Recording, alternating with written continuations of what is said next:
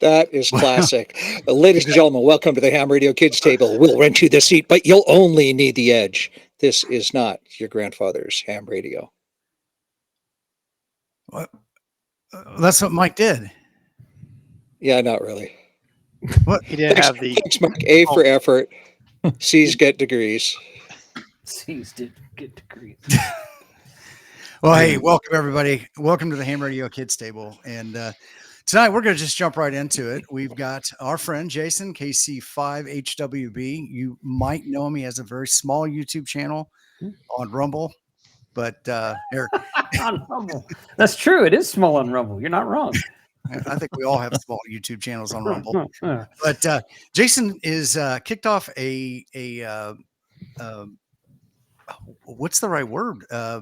An initiative.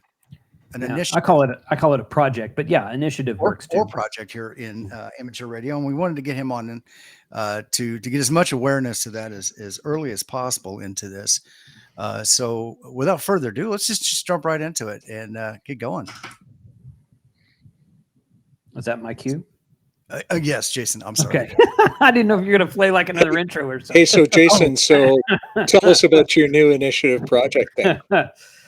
So on 3 days ago, I started a new project that I'm calling 30 Days of Ham Radio. It is basically, I'm going to do a new thing inside of Ham Radio every day for the next 30 days. And it is started with Parks on the Air on day one. I did All Star on day two, which was yesterday. And today I did one about using FM Simplex, VHF FM Simplex, mostly 146.52. But we're going to do 27 more days, if I can math correctly. We're going to do 27 more days, a different topic each day, posting a new kind of like a vlog style video every day. And just to showcase all of the things you can do in ham radio. And I said in my first video, I'm like, this is 30 things you can do in ham radio. It's not everything. I could do 150 days of ham radio and probably still not hit everything. So I'm going to do this for the rest of September. And on top of that, it's all going to benefit the ARRL Teachers Institute, which, if you don't know, have you guys ever had Steve Goodgame on this channel? Not yet. I did talk to him. Yeah, you should. I talked to him when we were down in Alabama, and he said he's been running Reagan, but he was going to reach out to me when his schedule freed up just a little bit to come on. Yeah. So, but yeah, so all of this is to benefit ARRL Teachers Institute. They bring in teachers to Connecticut, to the headquarters in Connecticut. And I can't remember, Steve keeps up in the number. He's like, we did this many last year. We're going to try to do this many this year. And they'll have 10 to 15 teachers per session. And it's a week-long session. They fly them up there. They give them room and board, and they teach them all about ham radio. Most of them get licensed, and then the teacher goes back into their respective schools and they teach their students about amateur radio. They're all STEM and science, math teachers type thing. So it's kind of in that genre. And it's a good program that Steve Goodgame started 3 or 4 years ago when ARRL hired him. He was a teacher by profession, already teaching ham radio in his classroom himself on his own initiative. So the ARRL hired him, and he's like, let's get you to do this nationwide. And that's exactly what they're doing. So it's a fantastic effort to get ham radio taught in the classroom nationwide. And it's something that we've been, the YouTube community, we as the YouTube community have been supporting for the last 3 or 4 years since Steve started, because Steve is kind of one of us. He had his own YouTube channel. He doesn't have time to run it anymore, so he doesn't do anything with it now because he's too busy doing the Teachers Institute. But everybody who knows Steve Goodgame knows how great of a guy he is. It's a really good initiative. So my plan is to try to raise $30,000 in the next 30 days for Teachers Institute. 2 years ago, Mike K8MRD did a 7 or 8 hour live stream on his channel that he called a telethon. He kind of kickstarted that whole thing, and they were able to raise $15,000 in one night, all donated to the Teachers Institute. And then last year, Josh did the same thing, and they were able to raise about $20,000 in one night, all donated to the Teachers Institute. So I thought, if those guys can do that in one night on one live stream, I should be able to do 30,000 in 30 days. So we'll see. I can say that, so Kevin, the guy that, Kevin Beal, he's in charge of donations and profit, not profit sharing, whatever the donations thing. He's got a title. I don't remember what his title is, but he's in charge of all the gathering donations and doing fundraising projects. Yeah. And Steve put me in touch with him. I'd met him before, but Steve put me in touch with him when I pitched this idea to Steve. And so he's sending me daily emails saying, here's where we are. Here's how many donors we have. Here's how much we've raised so far. And as of this morning, as of last night, actually, because he'll get the numbers at night and he'll send them to me the next morning. As of last night, we just broken $1,000. So we're on the way. It's only day 3. We're doing pretty well so far. I'm hoping that number comes up, of course, but so far so good. And it's been a pretty fun effort so far. But I was telling my wife at dinner tonight, I was like, I'm mentally exhausted because I'm on like day 7. I've only posted 3 because I'm trying to stay like 4 days ahead. So I'm on like day 7 of recording stuff and getting it all put together and getting it to the editor and getting it. He sends it back to me and I have a couple of small tweaks and get that. And then I got to upload it on YouTube. I got to upload it on Rumble. I got to rip the audio out and upload it on Spreaker for my audio audience. And I'm trying to do all of that real time. So it's been and I got 27 more days of it. So it's a thing, but it's really fun. I've had a lot of fun doing it. I'm looking forward to seeing what the next few weeks brings. That's exciting. I appreciate you guys letting me come on and talk about it tonight too. We appreciate it. As a community, this is a great thing. And I can't say enough. I was having a conversation today with a gentleman. Electronics saved me. And when I was in high school, I was one of those misunderstood kids that they didn't know how to teach back then because they didn't understand, or STEM was not of importance in school like it is today. I was one of those kids that almost didn't make it out of high school, not because of a lack of intelligence, but because that had never been fostered properly. I went to the Navy. I was able to get an electronics school in the Navy, and everything that they're teaching the kids today, ham radio is the subject, but it's actually it's learning physics, it's understanding electricity, it's understanding mechanics. It's all the kids who don't fit inside that box of traditional learning that are gaining so much from this, and it'll help them not just in school, but throughout their life. So I do encourage you, anybody, and we'll share the links that for Jason, $5, $10, just jump in, make a quick donation. It'll go a long way. And if I remember at the picnic, I think Steve said about $4,500 per teacher. Yeah, roughly 4,000 to 4,500, depending on which section it is, and how fluctuating airline ticket prices and all that kind of good stuff. But yes, about that. And what's that URL again? It's ARRL.org/30 days. And that's just a forward. That's just a masked forward that takes you to the actual. It is on the ARRL website. Kevin set that URL up for me. So yeah, if you go to ARRL.org/30 days, it'll take you to the donation page. And you could put a note in there. You can say it's in honor of, it's in memory of. You can donate anonymously if you don't want your name shared. It's the last field down there. It says, does your company offer matching of any sort? So you might check with your company, because this is ARRL is a nonprofit. This is all tax deductible donations.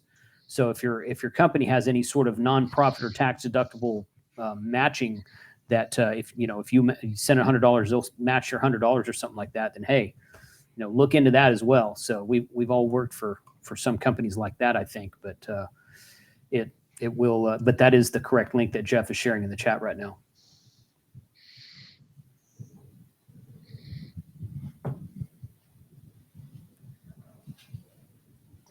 Jason, no, you didn't freeze. Okay. I think we froze a little bit. Hey, okay. Jason, so tell us about the kind of activities you've done thus far. The first day I did Parks on the Air, because in my opinion, Parks on the Air is probably the greatest thing to happen to ham radio in the last 5 to 10 years.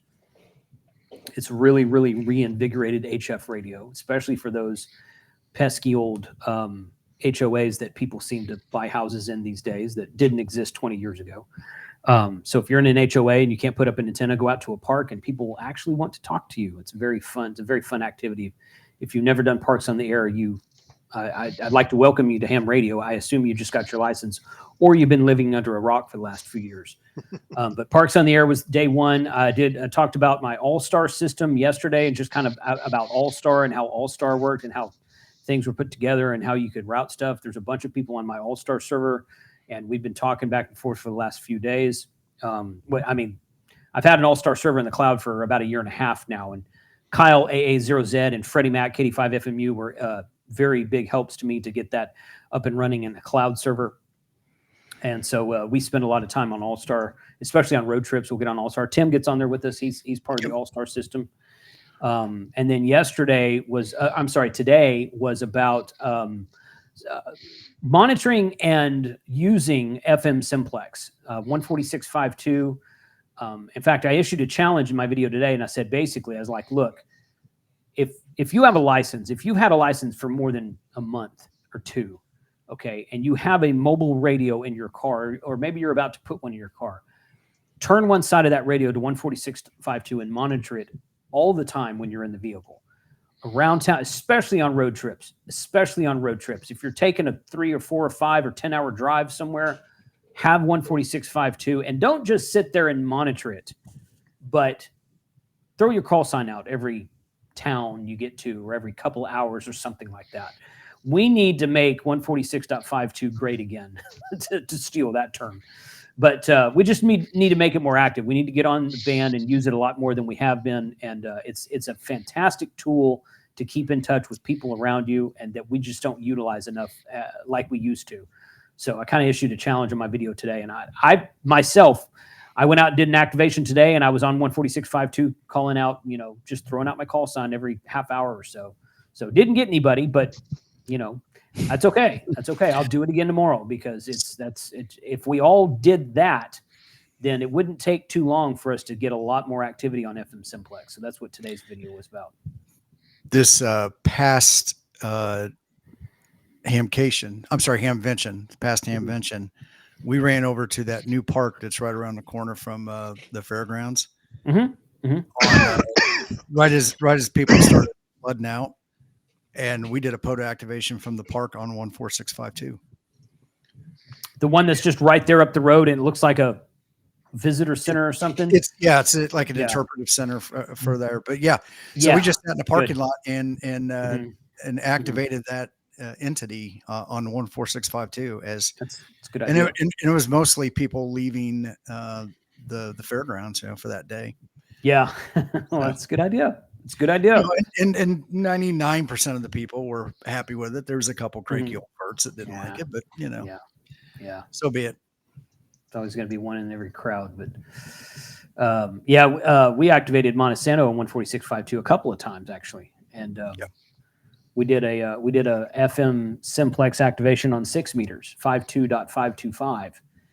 And I think we did one on 223.5. I think we did that too.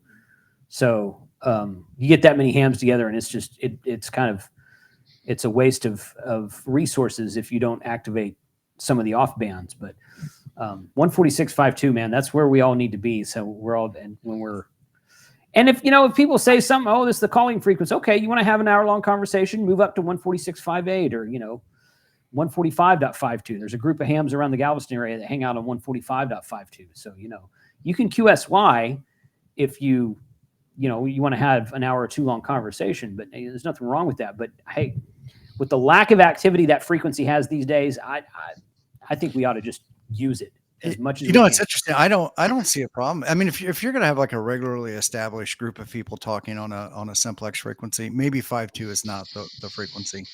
But if you have a conversation because two people happen to cross paths and they talk for 15 minutes, so be it. So be it. Yeah.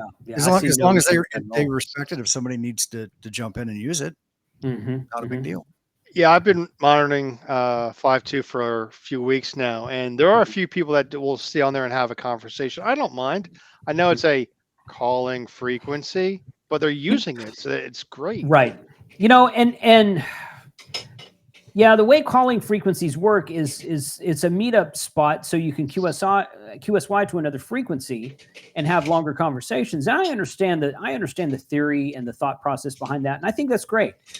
But with the complete and total lack of usage these days, let's just get people back on the frequency. We can worry about segregating frequencies and having people QSY after we have that. That's a great problem to have that we haven't seen in a long time. Yep. Okay. Once we have that problem again, then we can revisit and talk about it. For now, just key up the freaking radio on 146.52. That's my challenge anyway. Here. Yep. Yeah, for sure. I'm lucky enough. I live in a pretty big metropolitan area, Los Angeles, and I can drive into downtown LA, about 40 or so miles away. It could take an hour and a half. And along the route, you can hear, people fade in and fade out and having different conversations at the same time on 5.2. And then sometimes you hear people, calling out on hilltops and stuff like that. Like I said, I'm lucky enough. I live in a big area. I can almost jump on 5.2 any time of day or night and hear somebody. But then I'll go to like Vegas or San Diego or another close semi big city, and I don't hear anything. I don't hear squat. Where are you at right now? I live outside of LA in the city of Chino. So I visited Josh out there back in 2019, and there was quite a bit of activity on 6.52 back then. That's when I was out there. I think that was the last time I was out there. But yeah, if you drive through the Phoenix, Arizona area, there's a group of active people on 6.52, and of course Huntsville, Alabama has a really good active group as well. So it is very regional dependent. That is very true. But that's what the group of us need to work on changing, I think. On a side note, speaking of Huntsville, the ARRL frequency is consistently busy around the clock. They have a large APRS community there, very large. And if you have an APRS radio, the cool thing to do is to run it on set 146.52 as your QSY frequency, so that when you pass someone, you can call them out on the other side of the radio. So that's what my Yaesu FTM 500 sits in the truck, beaking an APRS on the bottom band and monitoring APRS. I'm sorry, 146.52 on the top band, and that's pretty much where it is 95% of the time when I'm on a road trip, when I'm traveling. I want to share my license plate here real quick. This is my level of commitment. Oh yeah. I remember that. That is a cool license plate. So yeah, that is my license plate, and Pretty cool. With the exception of switching over to the All-Star network, I'm on there. I have one on APRS and the other one's on 6.52, or I'm on the frequency that I've got set to my hotspot. So I suppose I can move my hotspot over to 146.52 also. And every now and then I'll be driving along in an area, and someone had a simplex repeater on that frequency at Monsanto, but every now and then you'll hear some courtesy tones on 6.52. It's like, oh, somebody's got a simplex repeater or an all-star node or something like that, and again, with the lack of activity that everybody's Tortoise Overland is in the chat, and he made this comment on my video too. Let me find it again. He said, so he took a road trip, 1,000-mile road trip. Let's see if I can find his original message here. He said he took a 1,000-mile road trip and called out across 3 states, I think, something like that. And he didn't hear anybody at all. So, which, at least he's calling out. So hats off to him, because he is actually using it. But about every hour or so throughout my call on 5.2, always had it on when I travel. Was 18-hour round trip, not a peep on 5.2. He did work some local repeaters, so I wouldn't even have a problem with that, with us putting some all-star nodes on 6.52 until we get it active again. And then we should kind of like make a gentleman's agreement to say, okay, once it becomes really vital and active and used a lot, then okay, we should probably take those down and move those to another frequency. But I mean, I wouldn't have a huge problem with All-Star being on there right now either. So Colin down in VK says down there, their 2-meter calling frequency is 1465. So, there might be some variation, but the sentiment stays the same. In everywhere. I'm sure if it's there's a calling frequency, give it a try. Call it out. Say What good is day, it? Vince. Yeah. What is it in Canada, Vince? 146.52. Is it? Okay. All right. Yeah. I got a question for. That makes I'm sense. sorry. Go ahead. I'm sorry. I got a question maybe for people in the chat and everybody in here. Have you ever seen somebody, driving down the road that has a ham radio antenna and you try to like signal them to 520 or anything? Try to have a Yes. conversation. Mhm. Yes. I've had people ask me what it is, and I tell them, they're like, "What? I thought it's like a cell repeater or whatever." So I've never done that. I thought No. about that right now when you guys were talking. I was passing somebody on the highway between Detroit and Buffalo in southern Ontario. I was on my way home from work, and I see a ham with a November 8 plate. I have my V3 plate on my car, and I passed him, and I just flashed 5.2. And sure enough, 30 seconds later, we had a chat for about half an hour. It was great fun. Nice. Yeah. Yeah, we need those stickers on the back of our vehicles that said either Kenwood or ARRL. They both have one that says monitoring 146.52. I need to put one on my truck. I don't have one right now, but Yeah. Well, 49 other states can get that same license plate, and then we can all meet together. There we go. True. That's true. Yeah. And I'm sure you could get a similar one up there in your province, Mm-hmm. Vince. I like this. Whiskey Victor 3 Victor says the sticker should read .52 ? Right. Oh, that's good. I like that. I like it. Hey, I might put that on a T-shirt. I'm going to steal it. I'm going to make a prediction. Corky James is probably watching this. And there's probably a T-shirt getting made right now. He probably would do that. Yeah. Yeah. Bro, No, do you even .52? Yeah. There's so many spins on that theme, right? Yep. Well, Jason, so you're having fun. That's the important part. Mhm. What have you got coming up without tipping too many cans over here? What do you got coming up that you're really looking forward to try? Let's see. Okay. So so today, and this video will post in 3 or 4 days, I did my first lighthouse activation today. Okay. So that was kind of fun. There's a VHF contest later on this month. And just by happenstance, I got invited out to a superstation somewhere out here in Texas. Never been there before. Neat. Not sure what to expect, but a friend of mine had texted me like a few weeks ago, and I'm like, "Hey, I'm doing this thing this month." So he's like, "Yeah." And what else? No, be quiet. And so one guy had a guy that lives near me who I don't believe I might have met him before. I'd have to go back through my email and look for his call sign. But he had emailed me a month or so ago and said, "Hey, do you have an IC905?" And I'm like, "No, I don't have one." He's like, "Would you want to do a video about one?" He goes, "I got one. You can come over and I'll show you how to do this, this, and this." And I'm like, "Can we do a QSO on it?" He goes, "Yeah, I got a friend with a setup and this kind of thing." And I'm like, and then I told him about this project I'm working on. So we're probably going to do some microwave stuff on it. So wicked cool. Yeah. So that's going to be fun. Never done that before. And Rob, Digital Rancher, he recently got his satellite system set up at his home, and we're going to do some stuff with him as well. So those are neat. Three of the things I'm more looking forward to. I mean, I think all of it's going to be fun, but some of them are going to in really fun. You going to try any of the moon bounce stuff? I think there's some of that's going to be going on during the VHF contest.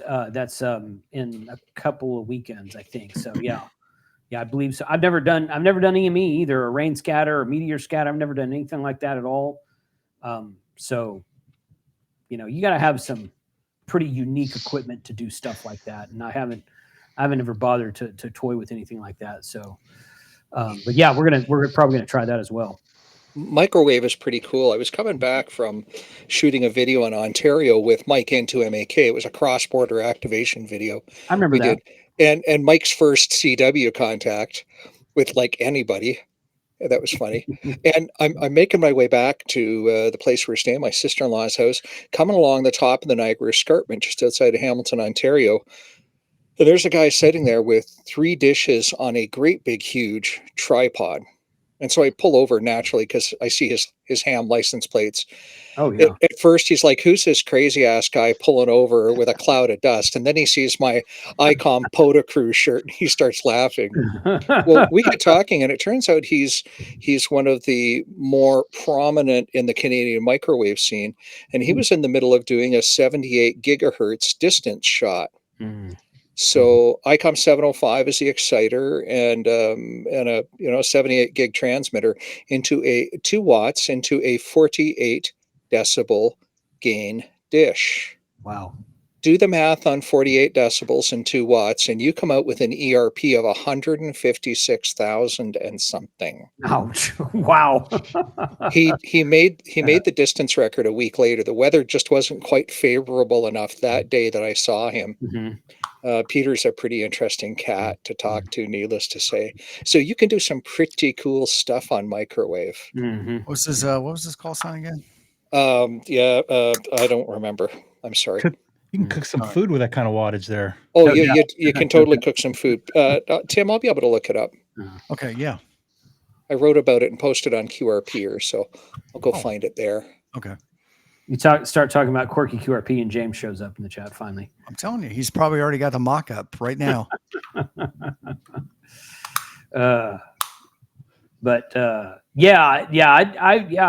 I attended a microwave update conference that was here in Dallas like 5 or 6 years ago, something like that. And some of the stuff those guys were talking about, I'm like, you can do that? I mean, it was wild. Like, yeah, they would do like FT8 over like 25 or 45 gigahertz, and they do CW. And one guy was actually trying some voice FM, and one guy was doing. I forget what transmission type he was using, maybe CW, but he was doing it over light waves.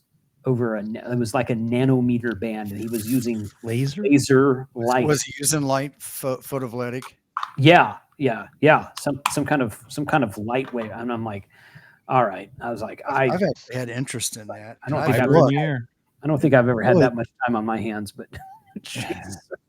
I saw some guys, some engineers wrote some papers back in the 70s about doing photovoltaic transmissions, and I mean they had freezer sized equipment that they were using. So I'm glad to see that somebody's doing it now with the miniaturization. Yep. Mm-hmm. Should be fun. So, but yeah, those are a few of the things I'm looking forward to. There's a lot more stuff in there, but those are. Yeah, we don't want to give away the farm here. I mean, we want to keep some of the suspense, right? So right. And these are coming out on your channels. Yes. All of these. Yep. Mm-hmm. Yep. Right on. Mm-hmm. All of his channels. Well, yeah, all of his channels. That's what I mean. Well, all the attempts to. All the videos, all of his channel. Yeah, I've got a playlist if you guys want to share that. If you can, yeah, we can do that. Yeah, let me go grab that. For sure. I'll put it in this private chat here. Okay. Yeah. I've got it right here. And then you said you're kind of editing and doing the production for these kind of all on a as it happens sort of basis or on demand, or how much time has that taken you? Never mind the activity itself, but kind of behind the scenes, what's that production time take you? Well, daily? I hired, I think I've mentioned in my videos before, I hired an editor a couple of years ago. Okay. So I've got it, and I checked with him. I was like, hey man, here's an idea I've got. Let me know if this is too crazy, if you're going to have time to do this. And he was agreeable to it. He goes, no, we can make that happen. But what I do is I take all the files that I have and I number them in order. I'm like, okay, use A-roll here, and here. Use B-roll this, this, add music here. So I'm giving him pretty detailed instructions so that he can get through it pretty quick and not take too long. And that takes some time. I keep running out of freaking hard drive space because I can't imagine why.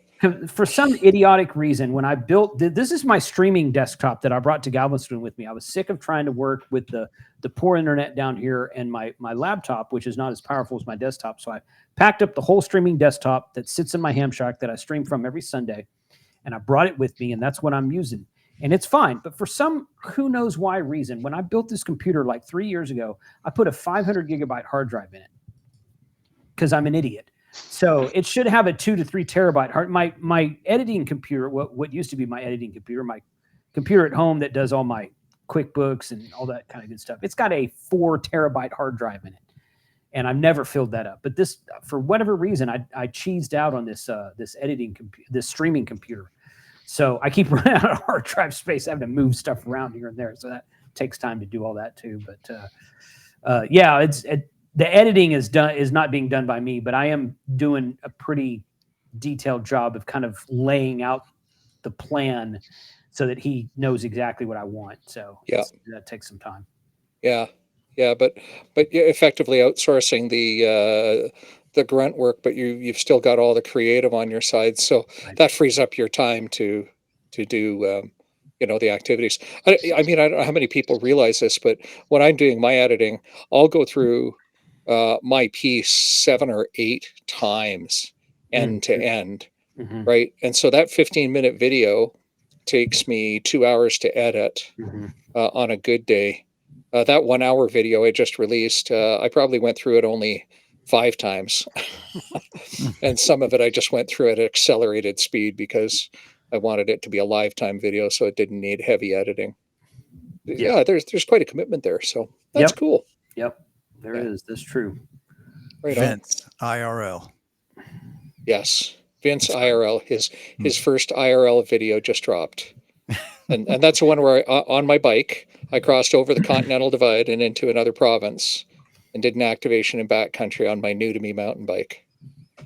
So, and since then I've sprained my knee, so I won't be biking anywhere.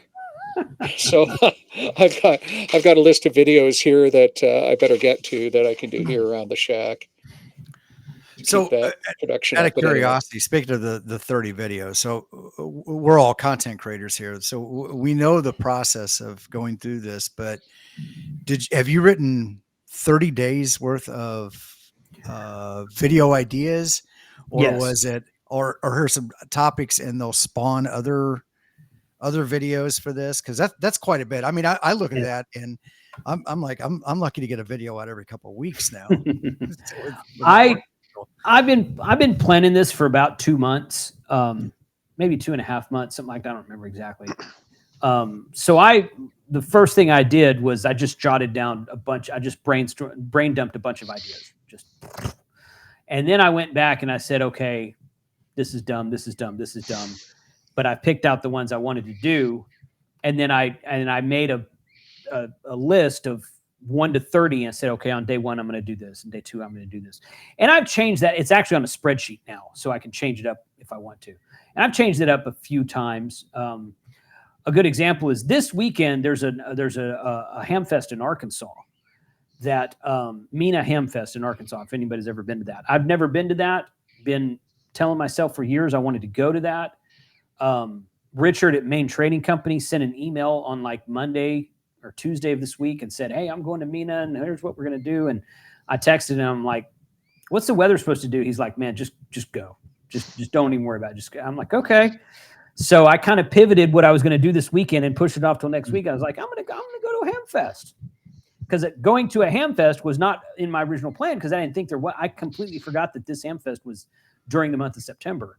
So because we don't have one in Texas during that month, and none of the big ones of that month, obviously. But so I'm going to drive out there on Friday and kind of check that out and maybe do some interviews with people out there. But so I've kind of got it. I've got a list of everything I could do, and it's a little fluid because I kind of pivot here and there for stuff that I do.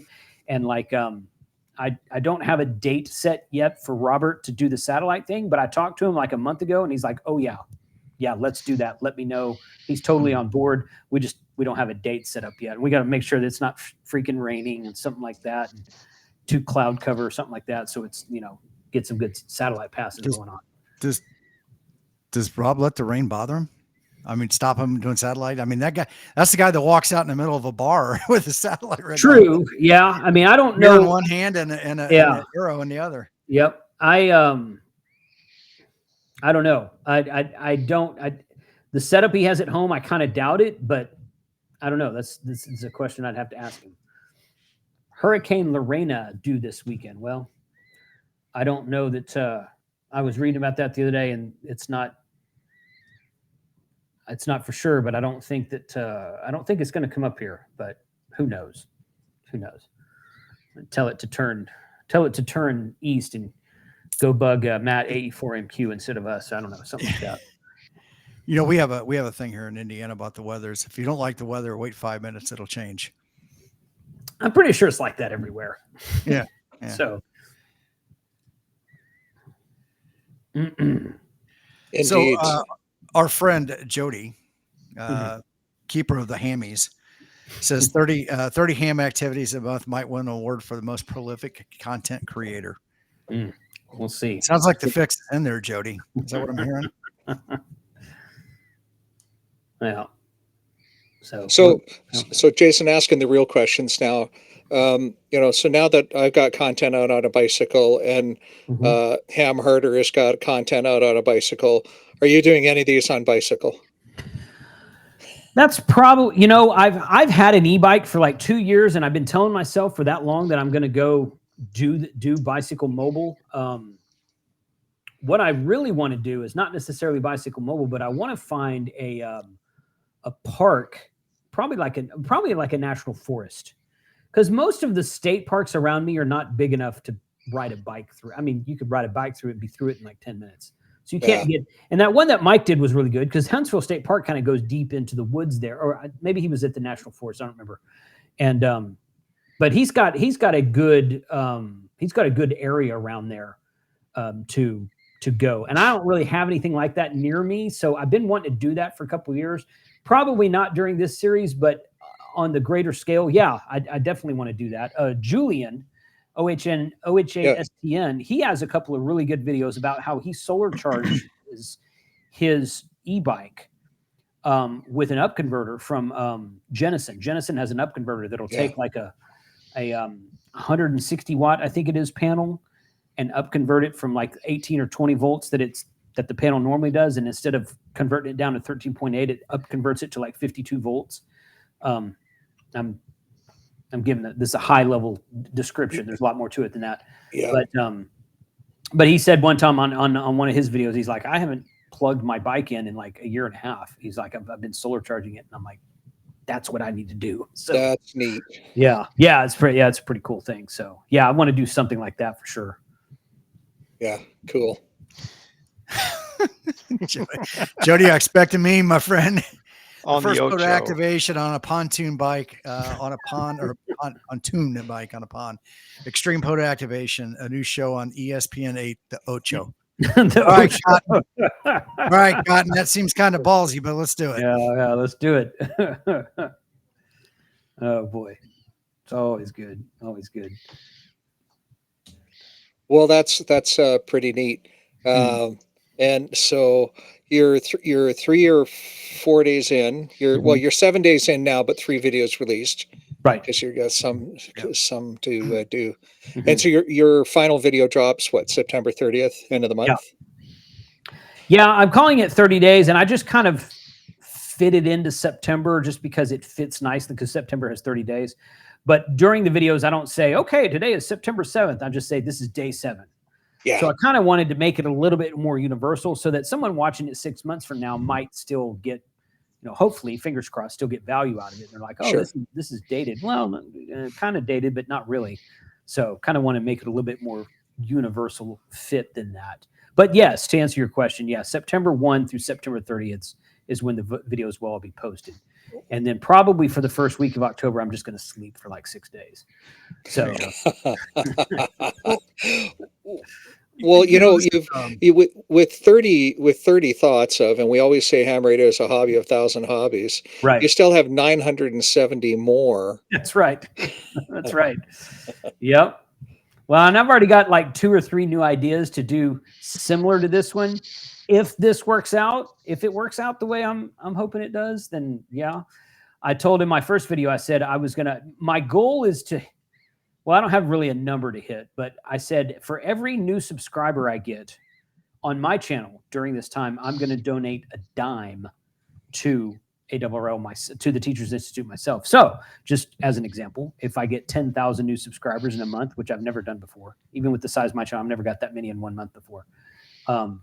That's $1,000 that I'll donate to to Teachers Institute. Plus, and the more important thing really is my goal is to try to hit 10,000 views per video. If you have 30 videos at 10,000 views, I'll do $100 per video. That's another $3,000 that I myself will donate if those numbers are hit. So I kind of think a few of the videos will hit and some of them won't. And we'll probably end up at maybe a couple 3,000 subs or 4,000, maybe 4. I don't know, a few thousand subs, but we probably won't get to 10. Be nice if I could. And then, channel's at 191 now. So if once it hits 200, whenever that might be, we're going to have to do another giveaway of an HF radio. So benefits the audience out there for that. I heard too. that was state law. It is state law. Yeah. State law down in Texas. Yeah. But so depending on the numbers of subscribers and views every video gets. So that's why I'm telling people, I was like, send the links to the playlist or to the videos, to your clubs, to other people, watch it yourself, watch it a couple times, get that view count up so that we can get, because the way that the YouTube algorithm works is that if YouTube sees, and it's a little bit selfish, I'll admit that, but at the same time, if YouTube sees a lot of people watching a video or a series of videos on your channel, then it's going to spit those videos and that channel out to more and more people of like-minded, clickers who might be interested in that. And it's going to get the word of ham radio out. Yeah, it'll get the word of my channel out to more people also. Like it's kind of like-minded clickers. I haven't heard that. Like-minded clickers, somebody who would click on a ham radio video. But it would, it's going to get the word of ham radio out to more people, and the word of the Teachers Institute out to more people, put it in front of more people that way too. So it's kind of working, kind of gaming the system a little bit, but that's all right. That's the way it's built. Right on. Very cool. Mm. Tim, you had a question, I think. Oh, I forgot by now. Oh, I'm in that advanced stage. I'm over 50. I'm in the moment, and I don't know. I should have. All right. Hmm. Well, Jason, I want to be the one to say, man, first off, thanks for the commitment. Thanks for the dedication. Mm-hmm. Yes. Thanks for thinking of others. And I'll be the first to say it here among the group. And you always do think of others. You're one of our biggest promoters, those of us with tiny YouTube channels, and we greatly appreciate that as always. So Absolutely. that's very cool what you're doing, man. Happy to do it. Yeah. Real quick, Colin in the VK says, Greg will buy a flex if he gets 10,000 subs. Well, I know that's not going to happen, so I don't have to worry. I'm good. I don't have to worry about it. Hey, Yeah.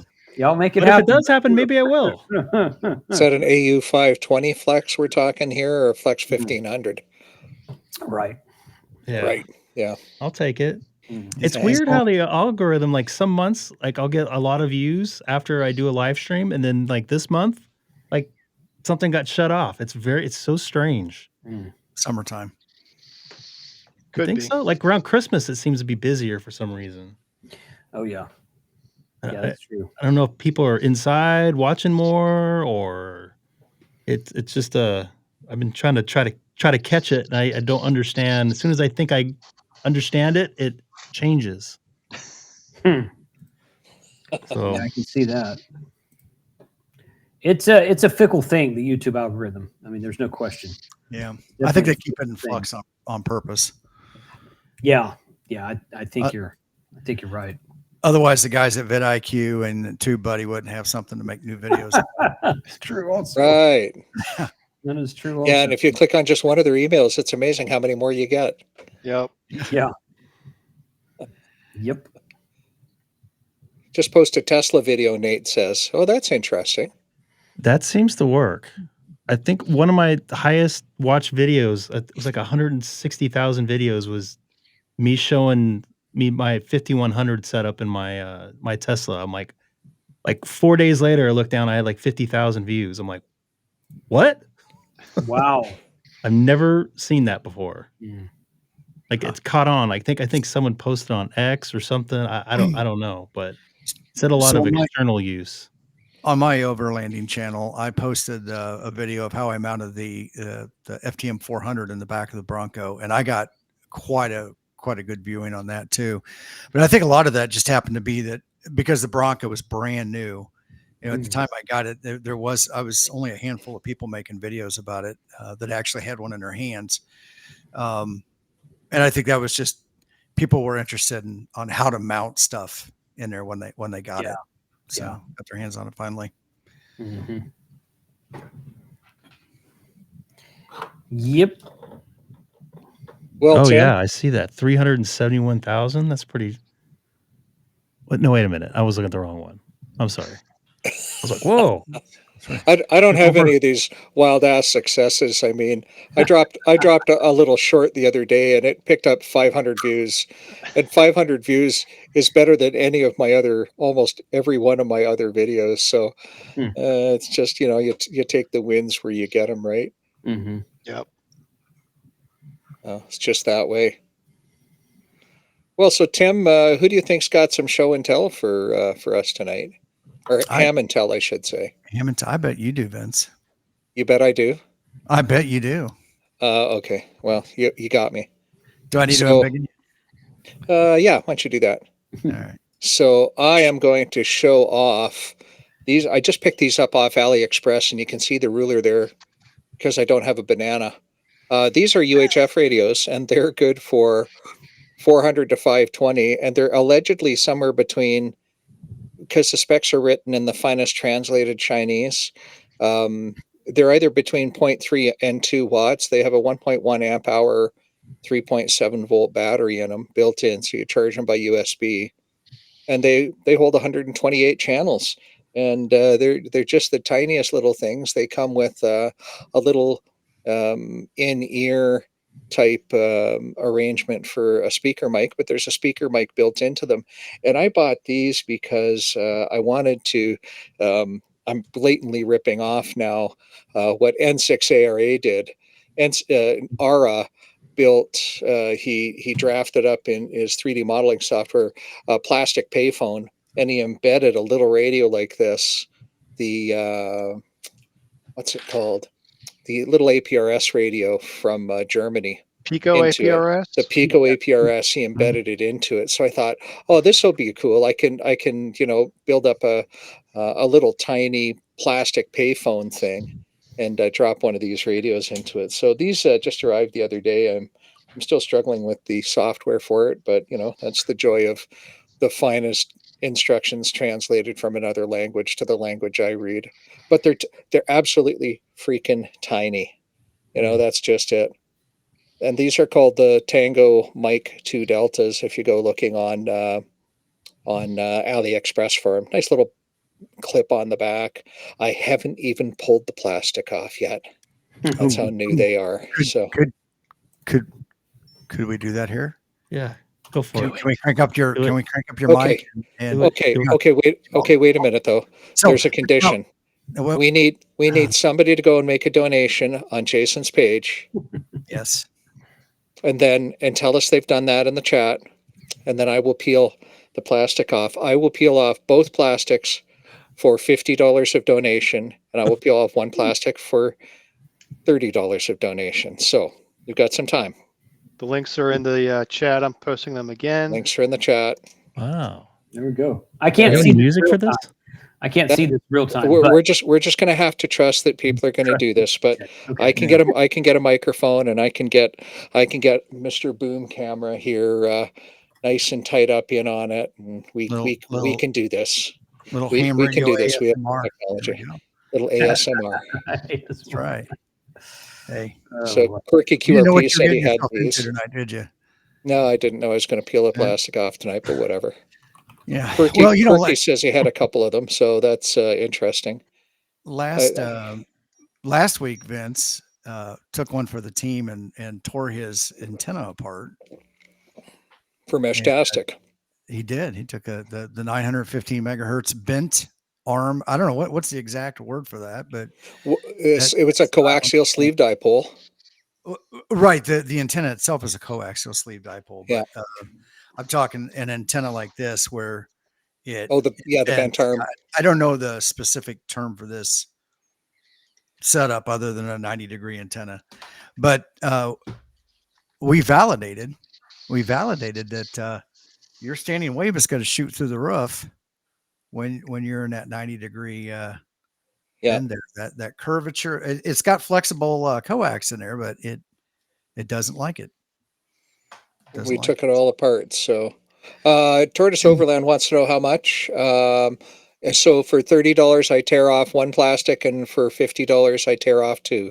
And this can be a combined donation from a bunch of people. So if you make a donation on your honor, you type it in the chat, and I'm going to add it up. And when we hit those targets, we'll do some ASMR and plastic removal. All right. That's my contribution to the ARRL Teachers Fund tonight.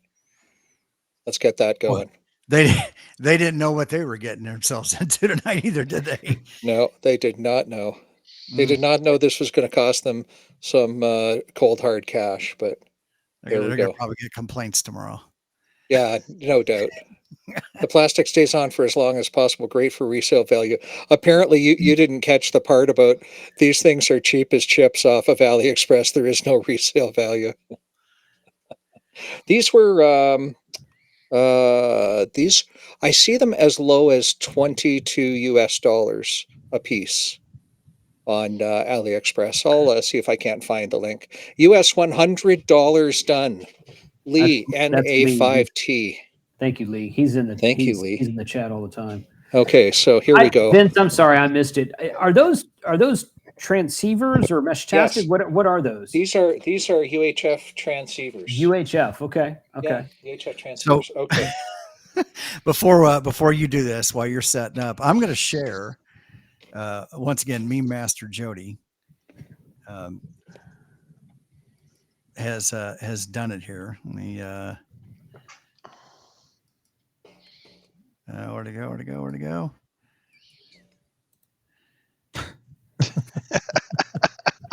Oh, he just sent me that too. That's awesome. Oh, you should so get on 14.300 if you set up that. I think someone mentioned that if you're doing something on the lake there. Yeah, absolutely. Activate on 14.300. All right. It's good stuff right there. That is. Yeah. Okay, so let me get the shot set up here so you guys can see this happening live. That's right. Let's get the money shot going on here. I just got to find my mixer because my mixer is now off in another monitor here. This will be very satisfying. I'm going to turn the audio up. So my audio should be, I don't know, 10 dB louder. It's better. It's louder than it was. 20 dB louder now. Okay. Well, gentlemen, I can bring you up. So Lee and A5T, thank you so much for your very generous donation. Vince, stop. You're clipping. Yeah, you're overdriven now. Yeah. I'm clipping? Okay, so I'm not clipping now. Yeah. That's better. I'm down 10 dB now. Okay. So I can bring you up in the stream. Okay. Oops. All right, guys. Here. Everybody be quiet. Okay, here we go. Are we ready? Yep. Oh, it's out of focus. Oh, God. Get into focus. There we go. Here we go. It's better. Here we go. Oh.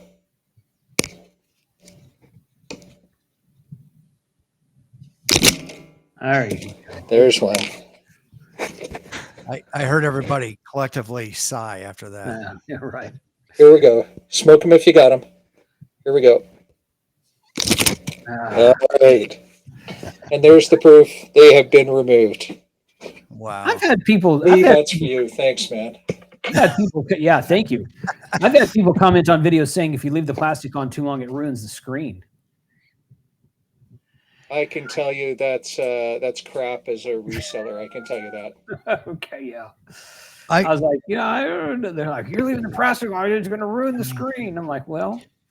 So, I could see that if it was like powered on and running and it was generating some heat, that maybe there's some, but turned off. I don't think so. Yeah. I don't know. There we are. Well, that's a first for the Ham Radio Kids table. Never done that before, huh? No. There we are. So that's my one of my show and tells. I mean I got others here. I got one other. Do a show. little a little bit of 3D modeling. So, you know, as I'm going off into backcountry, now it's frigging around with me here. So I go off into backcountry. There's several essentials that a guy wants to carry, 10 essentials, as a matter of fact, for survival. And, one of them is bear spray to, in case the bear smells bad, you want to spray it so it smells nicer. But the other is a little tiny air horn. And for those of you who've never heard one of these, my dog's in the other room, so he's going to jump when this goes off. But this is like a marine air horn. And so this is a recommended anti-bear measure in these parts. And I figured I didn't have a way to carry it with my gear in a safe way. So I went and did some modeling and built this up. And what do I use for modeling software? I use something really, really simple. And I'm going to show you that screen. Just let me set that up over here. Grab Tinkercad and bring it over to this window. And then here's the share button. And I want to share a window called Tinkercad. And so there's my Tinkercad desktop. And Tinkercad is free from Autodesk. And so you can see it here. Here's my design, and you can see the pieces I put together for it. And so I'm a real newbie at 3D modeling, by the way. I've been doing this for maybe 2 or 3 months, but it's like drafting from high school, which was cough decades ago. But I figured it was, a trivial enough thing to grab a cylinder and drop it onto the work plate, and then grab a hole and, drop it onto the work plate. And, you overlay the two and you merge them together. And if when you center them, you'll end up creating an opening. And so the first one I made, it needed a gusset because this part broke pretty easily. And the second one, this part broke right where the carabiner clips through it. So I just reprinted this one anyway, just yesterday. And so the air horn drops into it and slides in. And then from there, I just, clip a beaner on it and away we go. And now that'll, hang off of my bear spray. So the two of them are together. Something nice and simple. And that's ham adjacent, right? Having your outdoor gear so that you can go off and do a soda or a POTA and be safe, especially if you're in bear country. We've got a bumper crop of berries right now too, so there's lots of bears around. Have you done any holster retrieval of it? Practice it? I have not. I also have not seen any bear scat where I've been. And when I was down at Waterton Lakes National Park, just north of Montana, there was a bear in the immediate area. I saw no signs of them. And there was bears out last weekend where I was, and I didn't see any signs of them. So that's good. But my bear spray sits in a holder right below the seat on my bike. So I can reach under my wide padded tuchus and get to my bear spray and get to the air horn at the same time. But usually I'm kicking it up into high gear and getting the hell out of Dodge if I see that anyway, right? That's my first plan. I think I'd get you an air horn on your bike that you can easily. You mount it on there. Yeah. Well, I already have a Montana 700, Montana 700 GPS on the dash, on the handlebars of the bike, so that, I don't have to reach for my phone to see where I am, right? My phone is always there on my hip, but I have enough stuff on the handlebars that looks, like a small cockpit already. Yeah, it's okay. Where's your HF neat. radio mounted? Do you have an HF radio mounted on there? My HF radio is mounted in my backpack. Okay. There is no 102-inch whip mounted on the bike. There are 2 POTA 20 Explorer masts that travel with me and adequate mast support so that I can set up. But no, there's no radios mounted. Yeah. Yeah. Are you using the 857 in a man pack then, or? I'm using a KX3 Okay. And I don't have a man pack for it. I have, pannier bags on my bike so that I can carry water and the bear spray and a first aid kit, sadly, which I needed last Sunday. And, because I managed to gouge my knee out a little bit. Oops. And all of that stuff sits in panniers, and my radio gear with my survival gear sits in my backpack. So my camera gear can sit, my Osmo and my Nikon DSLR can sit in one of the panniers, nicely protected. So it's a convenient way for me to carry all my gear to go off and do a POTA or a SOTA in the back and beyond. Because you guys are used to me driving up and pulling up in the truck or doing a tailgate or maybe a picnic table. Yeah. And now I've absolutely fallen in love with going on trail to do this. I can't wait to get my knee fixed up to go doing more of them. I really can't wait. So it's encouraging that you like that so much, because that makes me want to do it a little bit more now too. So yeah, Jason, I was an off-roader decades ago. I had done up my Geo tracker. For those of you who remember those, I put some TJ spring kits and lift stuff in it, and I had a removable front and rear winch on it. So I had done it up with a small snorkel and whatever. And then I got a quad, and then my business was not doing well that I was running at the time, so I sold the quad and I stopped off-roading. I really miss it, but I love those kinds of trails. I'm not the kind of cyclist to go down these crazy inclines like you see on the Red Bull commercials and go flying 178 feet through the air and hopefully land. I'm like, hey, you do you, man. But right. My life has a best before date, and I'm not looking to accelerate that in any way, shape, or form. So I've been trying to find overlanding trails that I can run on with the bike, because I'm really comfortable there. And usually they're nice and broad, and frankly, they're simple. There's no tree roots across them or big holes. I just have to dodge, horse crap and cow crap, because it's free range usually where I go riding. So yeah, it's great. It is great fun. Do you have a lot of logging roads or mining roads in your area? Yeah, there's lots of logging roads, and they'll go 30, 40, 50 kilometers into the back and beyond. So, and those are easy enough to identify. I mean, they're all behind locked gates, but you can walk around the gates with your bike and go. And they're easy enough to identify. They may not be, may not be marked on a trail map. They might be marked on a back road map, but they're certainly available on satellite imagery. So when they're fenced off, is that well, first of all, are they on public land or private land? Yeah, I would never go on private land without permission. So these are all public land roads.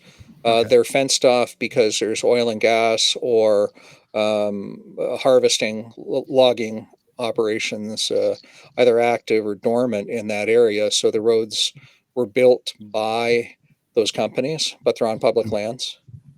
So I'm assuming then the gates are really there to keep auto traffic off the road. That's exactly what it is. And not for necessarily sure. people going back there. That's yeah. fair. Yeah, indeed. I think Izzo needs to get an e-mountain bike and do what I've been doing. What do you say to that, Don? Don's just trying to send the live stream. And James says, the best trails are the ones not on the maps. Yeah, that's for sure. I'm new at this. I guess I'm old enough to know not to be stupid and go off in the back and beyond to without a plan and without a recovery plan and without 10 essentials and a satellite spotter and all the rest. But I certainly want to go on trails that are published. I leave a hard copy of the plan I published on the front seat of my truck. Hi, Vince Dion, 60 whatever year old male. This is my cell number. This is my Zolio number. This is my emergency contact number. Here's the departure time. Here's the time I'm coming back. And on this side is a picture of the route I'm taking and the destination I'm going to. So it's, here's my call sign if you want to work me. Yeah, here's my call sign, and I'm listening on 5.2. That's right. Nice. Yeah, totally. Yeah. Don says he's doing his research there. I don't know what that means, but he's doing his research on something. Doing his research. All right. Don, you've got my number. We could talk. There you go. We haven't talked for a while, for as a matter of fact, so we should do that. And Don said for a second there he thought you were Evil Knievel. Yes, I know. Evil Knievel, or oh, Jody, help me out. Dave, what was his Super name? Dave. Super Dave. Super Dave Osborne. Yeah, there we go. Yeah. Now that wasn't that like that was a 1980s. Late 1980s, I think. Oh yeah. It was, Yeah. I think it was on HBO, but it wasn't that. Oh, yeah. That was like a rib, right? It was a spoof. In a Oh way. yeah, it's totally a Yep. spoof. Yeah, Super Dave Osborne for sure. Oh, I like it. A contact is a contact, even if it's search and rescue. There you go. Isn't Guys, that the truth? can you make sure you put me in your log when you Yeah.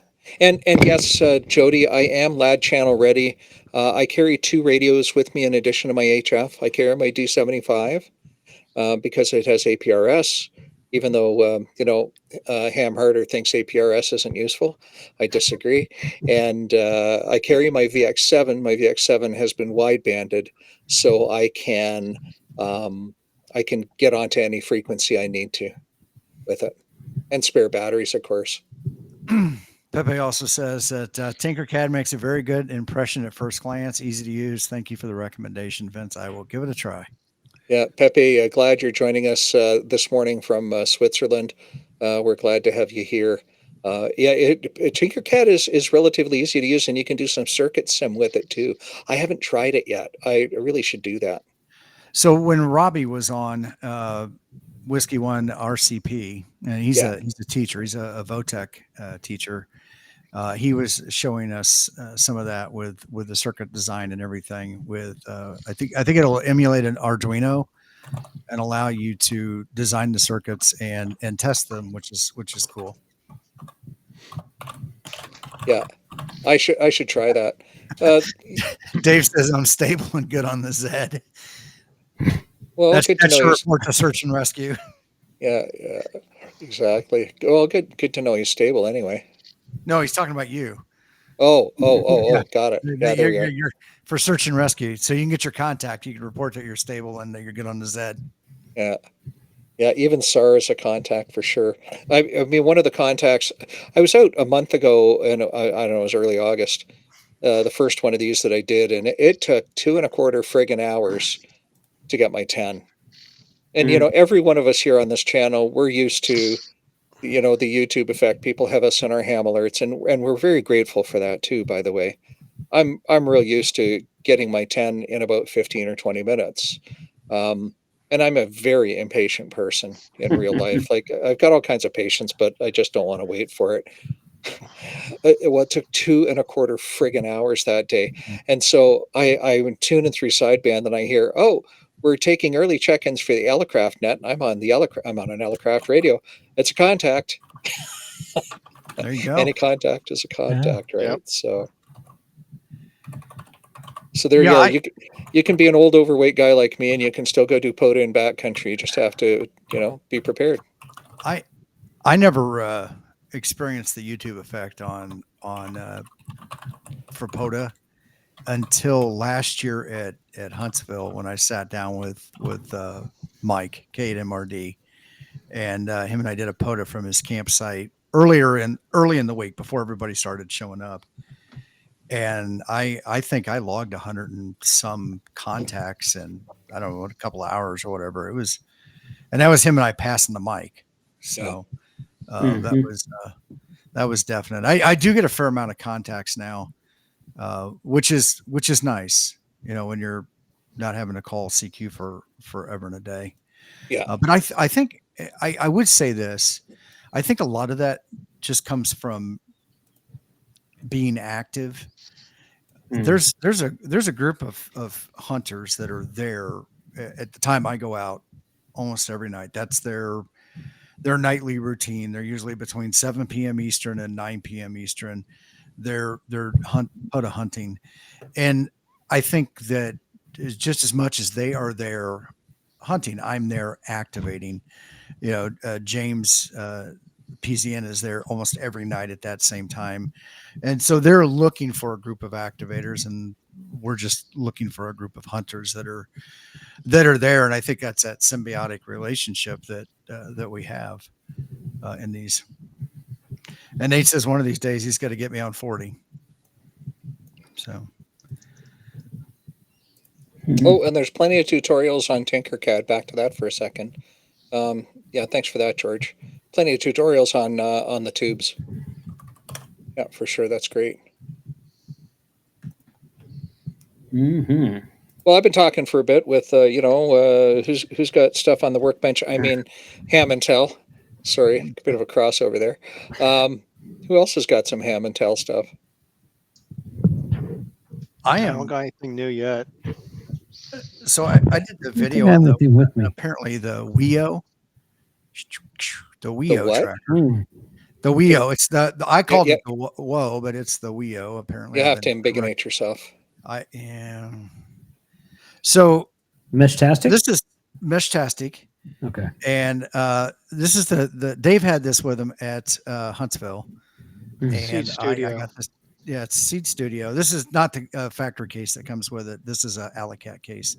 But I've been playing with this, and I got the newest version of Meshtastic firmware on there, which is kind of nice. Now this incorporates a joystick into it, which allows you to type out and select. So it's going one step further and taking that phone device out of it, that compute device, to interface with it, which I thought is it kind of neat, and it's limited in that nature, but we owe, David says, the mesh dealer has corrected me. We owe. And you know what? It's so I felt so bad because I consulted about 27 different Chinese vocabulary sites on how to pronounce that word. They're all wrong. They're all wrong. They don't know how to pronounce their own language. Well, I've come to the conclusion that the Chinese person, a Chinese person does, but not the websites. Oh, so. No. These were videos of what looked to be native Chinese speakers, Mandarin speakers, and I'm like, well, they're all saying this, but I guess I've come to the conclusion that like here, you can spell a word a certain way, but depending on where you're at in the country, maybe it's pronounced a little bit differently. Right. But I did watch a video with her name is Zero. She's one of the Seed Studio YouTube personalities, and she pronounced it Wio also. So I stand corrected, and I won't fix the video, but I will fix my further pronunciations of the word. I met some of the folks from Baofeng at IWCE several years ago. And, if you think about the pronunciation of an English word by a Chinese person, they were laughing at me, and it was funny. I was laughing at me too. And they were saying that the way you pronounce Baofeng is Baofeng. And I swear I said it exactly like them. And they're like, no, that's not right. It sounds exactly the same. Yeah. So, it's just, it's the way that your brain interprets sounds. They're used to their language and it sounds a certain way. We're used to our language and it sounds a certain way. So you have someone else pronouncing it. So I was able to experience what I hear from them all the time when they try to pronounce, frog legs or something. So well, it is most definitely, if you, as a native speaker of any particular language, you're everything, how you hold your mouth, breathe, your tongue, the whole 9 yards is all revolves around that particular language. And so when you go to speak another language that does not pronounce syllables the same way, sounds and everything, it can be a challenge. My brother is an interpreter and he speaks 5 or 6 languages fluently. So, and it's interesting to watch him as he was learning languages and going through college and everything to be able to shift on the fly. And that is a very neat I know sometimes I know people are in awe of us when we talk technical terms or whatever. We've got this whole vocabulary of stuff, but then watch somebody be able to not switch, but through one language or two languages, but speak to 4 or 5 different people and just basically pivot and completely change his persona and dialect, which is kind of interesting. So Yeah, Very it's true. hard. Remember, you have to memorize everything and then repeat it, word for word. Yeah, that's just, I can't even do that with the English language. I know. well, so that is the battle sometimes that we fight learning CW. Every person that I've spoken to that says that that's really good at it, you can't count the dits and das. You have to listen to the sounds. You have to listen, think of it as language. You're putting letters and words together, just like we do in English. You're just doing it with dits and das. They make sounds, and you have to just push it all together. Yep, that's a true statement. Yep. I think I will drop, guys. I appreciate you guys having me on tonight. It was a good show. Thank you for the donations. I know that several of people in the chat were talking about donations, and I'll find out tomorrow morning exactly how much that was, and I'll let you guys know. All right. Well, Jason, I appreciate it, guys. If you haven't done so already, if you don't already, make sure you follow Jason and click on that playlist and let it run through every day. Even if you're not watching it, let that playlist run through every day, because that in itself is helping the Teachers Institute. So it does. Yes, very true. Jason, thanks for everything you're doing for ham radio and your very generous spirit with raising money for these guys, and frankly, your support of all of us here on the tube. Absolutely. Yeah. Thanks, guys. I appreciate y'all's time tonight. All righty. Thank you. Thanks, Jason. Catch you soon. Right. All right. So we got to keep an eye on that 30 Days of Ham Radio project and the playlist that Jeff has posted in the chat. That's great. I donated, so everyone should donate. Well, if Jeff donated, and Jeff's a pretty cranky guy. I'm cranky. I'm a cranky MFer. You got That's right. Separating him from his money. What was that creaking noise I heard? Was that your wallet opening? Did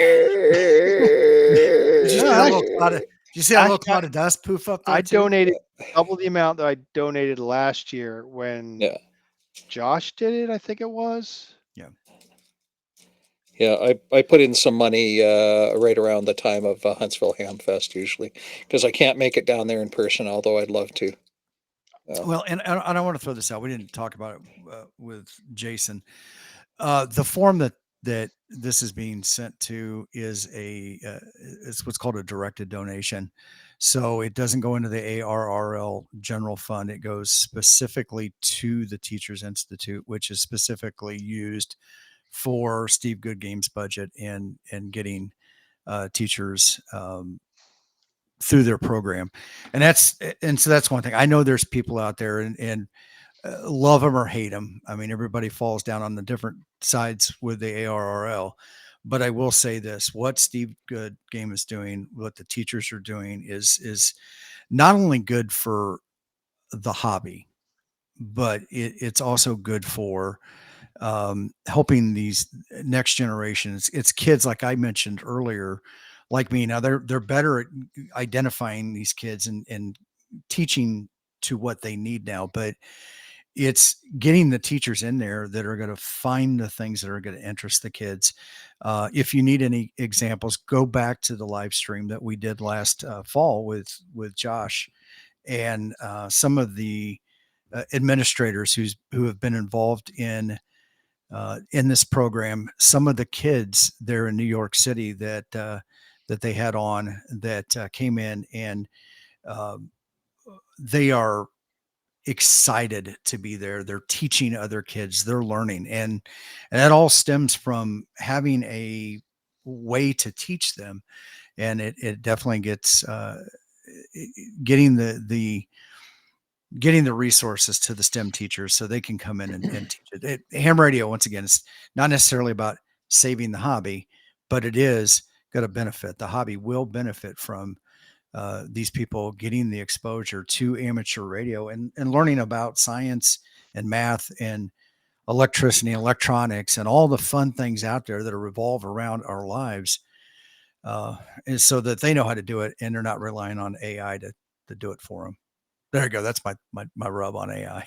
But awesome. Well, hey guys, it is where are we at? We're about an hour 22 into the stream now. I know Nate said he's getting tired. So the stream's a blast. Why don't we go around the horn here real quick? Greg, what do you got coming up on your channel here? I might do a live stream tonight. Apparently last night I went live before I thought I was going live. I was going for about 15 minutes.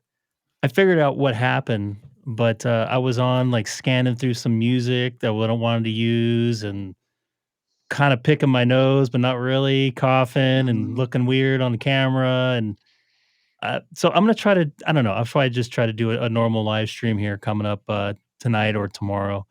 I might try POTA next week over at Chino Hill State Park if it cools down. It's been over 100 here the last 4 or 5 days. And this is the hottest it's gotten all summer. So I'm not complaining, but I just don't feel like Did you meet up sitting. with Josh?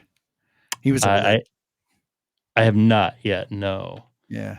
We've been trying to connect. He activated the park the other day, and I was wondering, and I fired up the 991 or I'm sorry, 897, 89, whatever that radio is in the truck.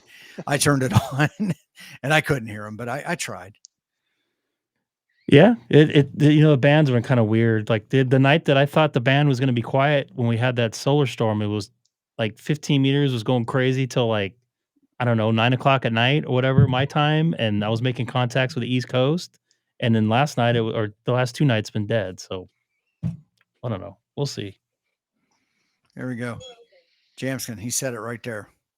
I don't know why all schools don't want to combine physics with math. Having a reason and purpose to do math is what I took me to not to hate it. You know what? And schools that teach physics as a math alone should be banned. As Tim hit the sauce. You know, Nate, I'm at that point and I'm tired. It was almost 2:00 last night, 2 in the morning when I wrapped up with the stuff we were doing. And I was back up at 6:30 and on my way to the work. So I'm a little tired. But well, that's cool, Greg. Vince, what do you got going on? Well, dude, now that I'm in physiotherapy for my bum knee, I'm not biking. It's killing me. I just got this bike and now I can't ride it. I have a small list of videos that I should really get to from around the shop. So I guess I'm going to be focusing on that. But that's it. I had some footage ready to go for Sunday, and then this past Sunday, and then stuff happened. So now, is this a full e-bike or is it just or is it an electric assist? This is a an assisted bike. So my last 2 e-bikes have been full e-bikes with a throttle on them and stuff. First one was kind of a mountain bike style with a spring in the front fork. Second one was a folding commuter bike, more like what K8 MRD's got now. And now this one is a Trek Powerfly FS9. So it hasn't been sold for a few years, but it's a full suspension, seat post dropping style mountain bike, 29-inch wheels. The thing is a beast with a Bosch motor in it, just torque to spare. So it walked up a 30-degree incline down at the national park a few weeks ago, just like I was walking in the grocery store. It was amazing. But you still have to I still have to. Yeah, I have to pedal. There's no easy button on the thing. I still have to do some work. So my quads are getting a workout. Well, there you go. And today I learned I have quads that need a workout. So anyway, there we go. Jeff, how about you? Finally hit 2,000 subscribers. Thank you all. I appreciate it. People say that's just like the beginning. It's like, yeah, but I started this I was trying to find the actual post, my first post when I mentioned it, and I can't. And I think it was sometime last year. So it's been about a year. I've been trying to struggle to get there, but all in its own time, it'll happen. So it happened, and we'll see where it goes from there. I'm not holding my breath for anything, but The giveaway, I have 7 prize packages to give away. So it'll be a live stream on a Wednesday night. We're still figuring that out. But Any hints as to what you're giving away? um, Do you want to offer any hints? I mean, you can say no. it's a prize pack, so they all have, like I said in the beginning, they're all going to have an Olight flashlight of some type. All right. So there's that. There's some ham radio stuff in there that you could use for ham radio. Some novelty stuff, some maybe some EDC gear, maybe some multi-tool kind of like stuff, but everything's going to be like a one-off after the flashlight. So people will get, I'm not sure how we'll do it yet, but we'll probably just pick like prize number 1, prize number 2, and whatever that prize is, you'll get. And when you open it up, you'll see it could be a shortwave radio, could be a little multi-tool, it could be, I don't know what else I have, but All it'll right. be something different in there, but it'd be a whole bunch of other things combined. So Yeah, cool. Could it be some of the 1970s kids walking? Well, I started a little handheld thing. They're probably about that tall. mine was like The- huge. Yeah, the kids walkie talkies when we were kids. And I took that with the thing big whip apart, on and there. I wish I did. 47 Kicking megahertz. myself in the rear end every time I think about that freaking radio. It's like, why did I do that? It was a CB radio. Yeah, it had the little beeper, little button down there. Yeah, it Well, was. I- I believe they were 27 megahertz, but they were. Yeah. 27 meg. I had But they like were not 7 in of a them C- growing up. Yeah. Were they in the CB band or were they Yeah. just outside of it? And my father had an Yeah. Army telephone / radio. I have no clue what it was. I remember playing with it, but I have no clue where that thing went to. Hopefully I didn't destroy it. Oh, 46. You know what? Nate, I think they were 49 now that you said Yeah. that. Yeah, 49 was the thing, and CB channel 14, as Jody says. I was big in the CB when I was a little kid, so I was always interested in radio. So having a radio back then was something I wanted. Didn't Well, know anything CB about was ham radio. safe I when just we knew were about kids. CBs. 46 megahertz had the cordless phones on it, didn't it? 49 meg had the cordless phones, yes. Oh, So yes, 49, so okay. some of those things would get into cordless phones. That was always interesting, scanning that band, depending on the time of night. Some great stuff. Yep. And that So we'll that be was long doing that before giveaway Yeah. on a Wednesday night here, and you gotta be present to win. And I am going to check to see if you're a subscriber or not. I will have a list of subscribers. And you got to be on the Zed. on the Zed. Yeah, You got to be good on the Zed. exactly. And Tim, what about you, man? What's coming up? You know, I tell you what, I had a struggle session the other day updating this firmware, and it nothing to do specifically with Seed Studios, but what I have found is that there are 2 different types of processors that that you're finding most commonly in most of the Meshtastic devices. The ESP32 processor and this NRF whatever situation, and they use 2 different styles of how you upload your firmware. I thought, maybe it might be worth a good little video just to walk through each one of them and give everybody a good understanding on how to do that, because keeping your firmware up to date is always a good thing. Yes, it is. I agree. So that's, yeah. All righty. Any Well, right on. parting gifts? Anybody got any announcements for the good of the kids table in the chat that need to I'm talk going to about? post the link to the 30 Days of Ham Radio Education Fund donation page. Oh, actually, I'm going to do that real quick. I just did it. Oh. That goes out to multiple. Yes. Yeah, it goes to just more than just the YouTube channel here. We are also streaming tonight on Instagram too, on the Kids Table Instagram channel. So we've got a few people watching over there. Awesome. Yeah. Well, cool.